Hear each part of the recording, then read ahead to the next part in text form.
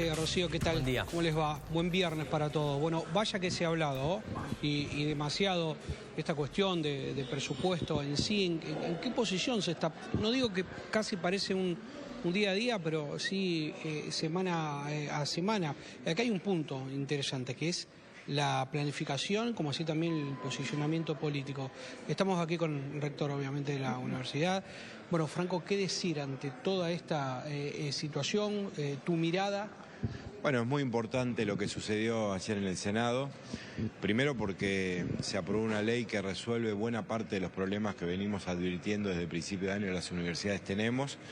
Y segundo porque se hizo con una mayoría muy holgada, más del 80% de los senadores acompañaron el proyecto.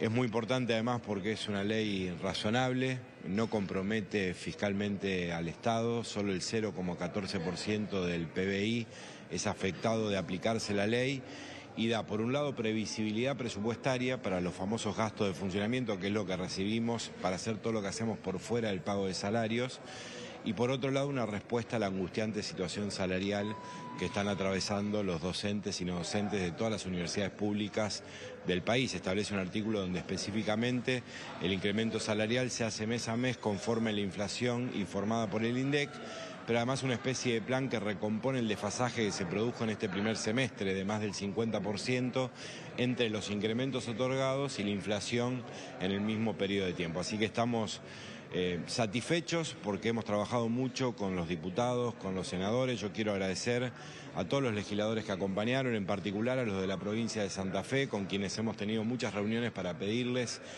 que acompañen por la importancia que esto tiene para todo el sistema universitario, porque básicamente garantiza su funcionamiento.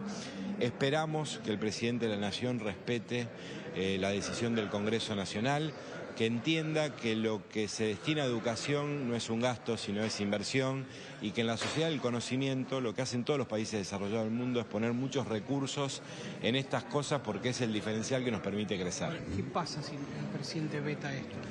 Bueno, primero vamos a esperar que razonablemente comprenda la importancia de la ley que se aprobó, del lugar que debe ocupar en una democracia el Congreso Nacional y de lo relevante que esto es para el país. Si fuera así, si efectivamente avanzara como un veto, como han dicho algunos de sus voceros, por supuesto que vamos a extremar las acciones, como lo hemos hecho con los legisladores para lograr la aprobación de la ley.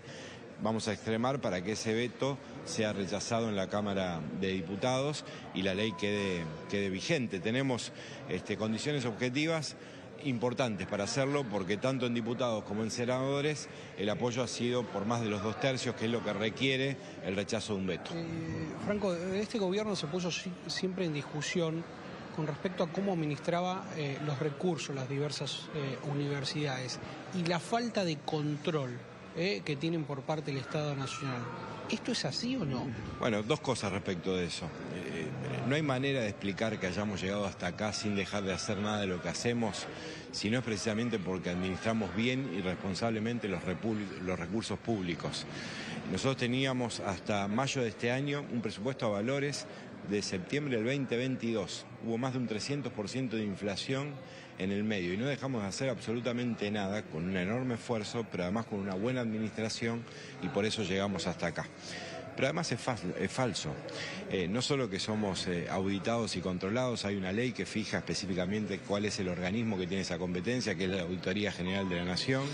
Nuestra universidad fue sometida a una auditoría como el resto de las universidades nacionales y así se hace periódicamente.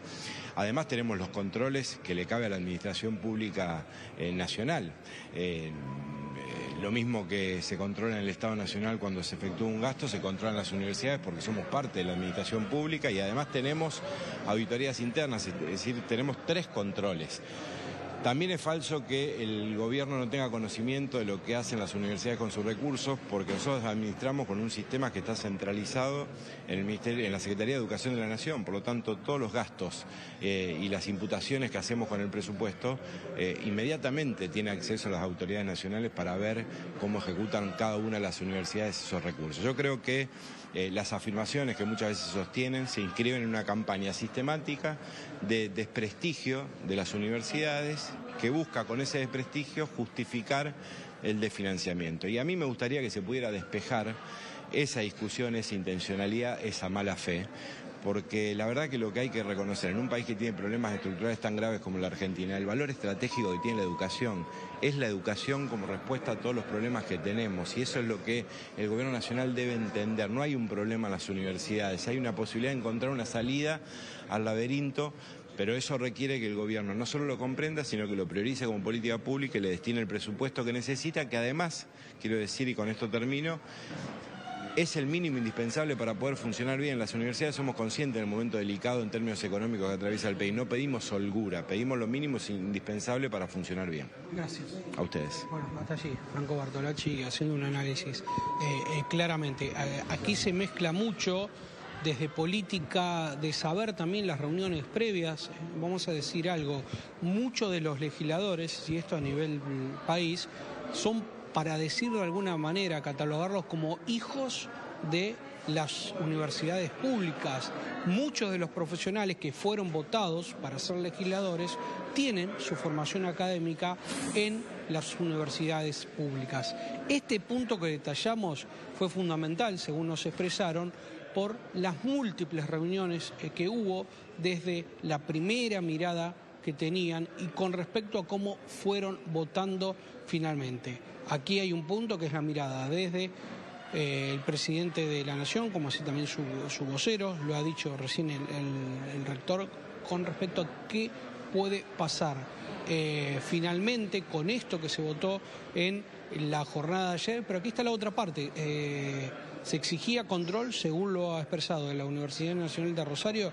Está todo absolutamente a disposición desde hace meses para que automáticamente el Estado Nacional controle cómo se maneja el dinero derivado a las diversas universidades. Clarísimo.